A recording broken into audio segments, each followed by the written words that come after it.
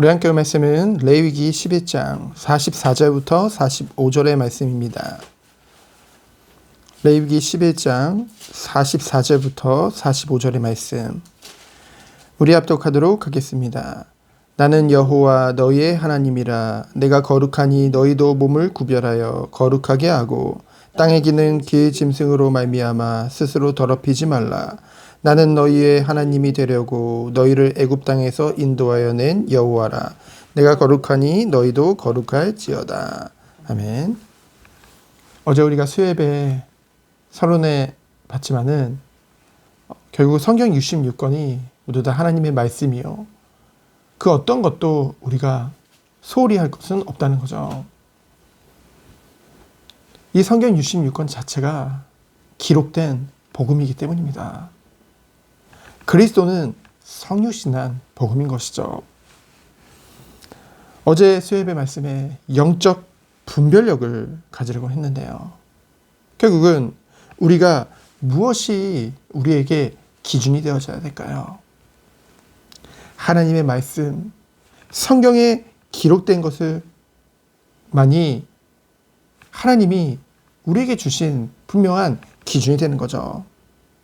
우리는 얼마나 살아가는 동안 수없이 하나님의 말씀을 있는 그대로 받아들이지 않고 합리화하는지요. 결국은 그 합리화라는 것이 사람이 기준인 거거든요. 우리의 기준은 오직 성경인 줄 믿습니다.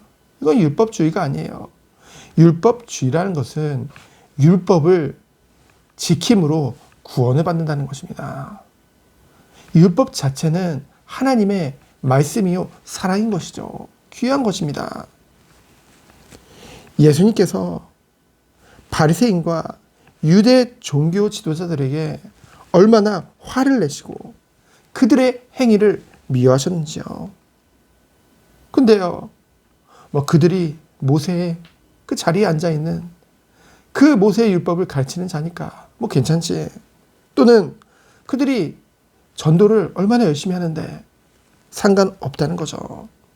누구보다 열심히 온 세상을 누비며 전도했던 유대 종교 지도자들이지만은 예수님은 그들을 향해 분노했던 것입니다.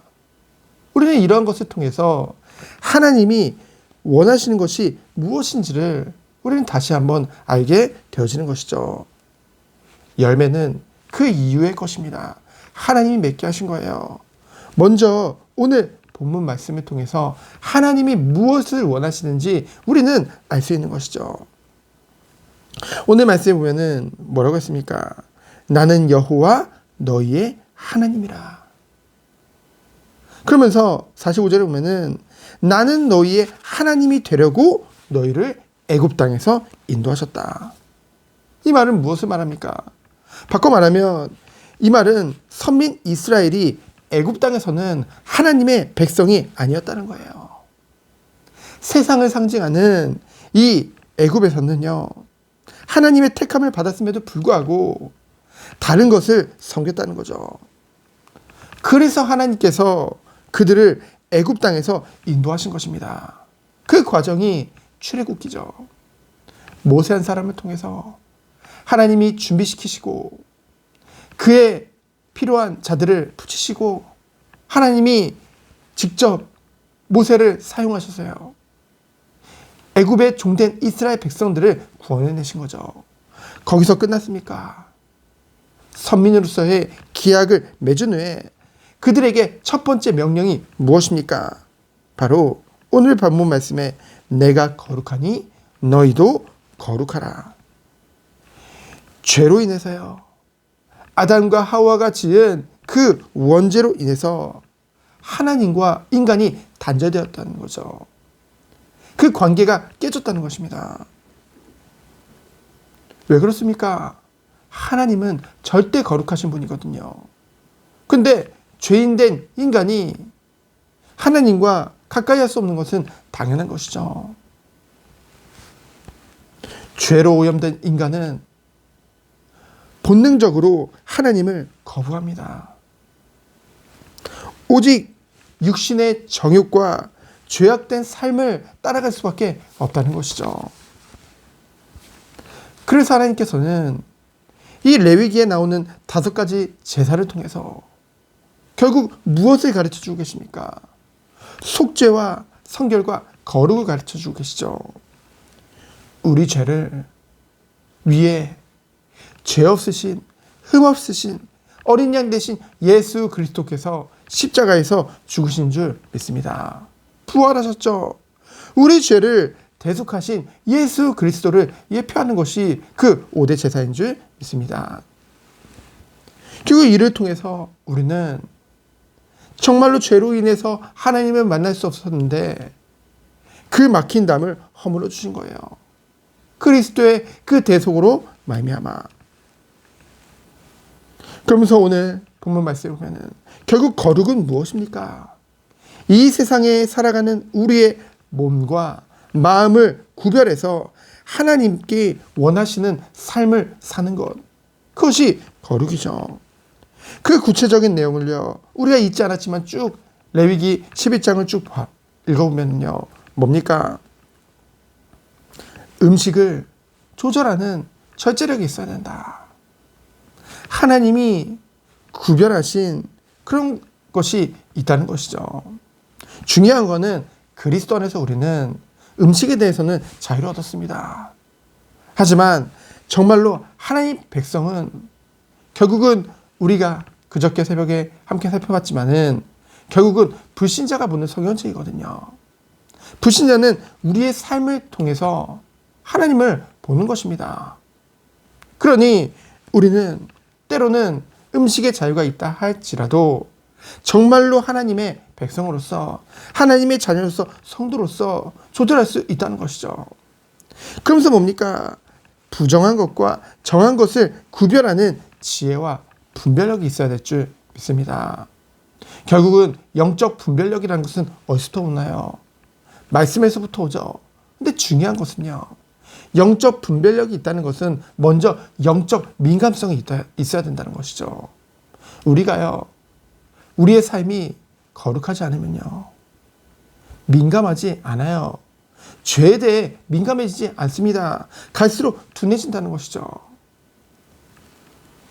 그래서요, 우리는 날마다 하나님이 주시는 은혜 속에 정말로 그 영적인 그런 분위기 또한 중요하다는 것이죠. 우리의 작은 것까지도 우리가 교회뿐만이 아니라 우리가 어느 곳에 가든지 정말로 우리가 영적으로 충만한, 하나님 은혜로 충만한 그 비밀이 있어야 된다는 것이죠. 그러면서 뭡니까? 결국은 하나님은 우리의 모든 것을 통해서, 우리의 모든 삶을 통해서 거룩한 산 제사로 영광 받으신다는 것이죠. 그 축복 속에 들어가기 원합니다. 오늘 생명의 삶을 봐도요, 선행과 고난에 담긴 하나님의 뜻에 대해서 말씀했죠. 여러분, 나 중심, 성공 중심이 돼서는 결코 하나님의 뜻을 알 수 없는 것입니다. 하지만 정말로 우리가 그리스도의 은혜 안에서 하나님이 주시는 축복 안에 있을 때 우리는 불신자가 이해 못하는 삶 속으로 갈 수밖에 없다는 것이죠. 그것이 성도의 삶인 줄 믿습니다. 아무리 세상이 부패해도 우리는 선하고 거룩하고 아름다운 길을 가야 된다는 것이죠. 그것이 바로 구별됨의 의미입니다. 나는 구원받았고 너희는 구원 못 받았어. 그러니 나는 어떻게 살아도 하나님의 축복을 받아. 그것은 성경적이지가 않습니다. 여러분, 교만은요, 정말 하나님의 은혜를 받았다고 한다면은 결코 교만할 수 없는 것입니다. 왜요? 우리가 아직 죄인이었을 때 죄인된 우리를 위해, 아무 의가 없는 우리를 위해 예수님이 대신 죽으신 것입니다. 대신 다 갚아주셨다니까요. 그러니 우리는 하나님 앞에 감사와, 그리고 또한 우리를 봤을 때 겸손할 수밖에 없다는 것이죠. 오늘 하루도 오직 하나님이 우리에게 베풀어 주신 그 대속의 은혜를 깊이 묵상하고요. 정말 하나님이 우리에게 무엇을 원하시는지를 다시 한번 붙잡고 참된 감사와 영광으로 오늘 하루를 살아가기를 예수 그리스도의 이름으로 축원드립니다. 시간 기도합니다. 하나님 감사합니다. 우리를 구원해 주신 예수 그리스도께 오늘도 우리의 마음과 중심을 담아 감사로 영광 돌립니다. 주님, 오늘도 우리의 삶이 구별된 거룩한 삶이 되게 하여 주옵시고 오직 하나님께 영광이 되는 삶이 되도록 주께서 축복하여 주옵소서. 살아계신 예수 그리스도 이름으로 기도합니다. 아멘. 하나님 감사합니다. 오늘 하루도 오직 거룩한 삶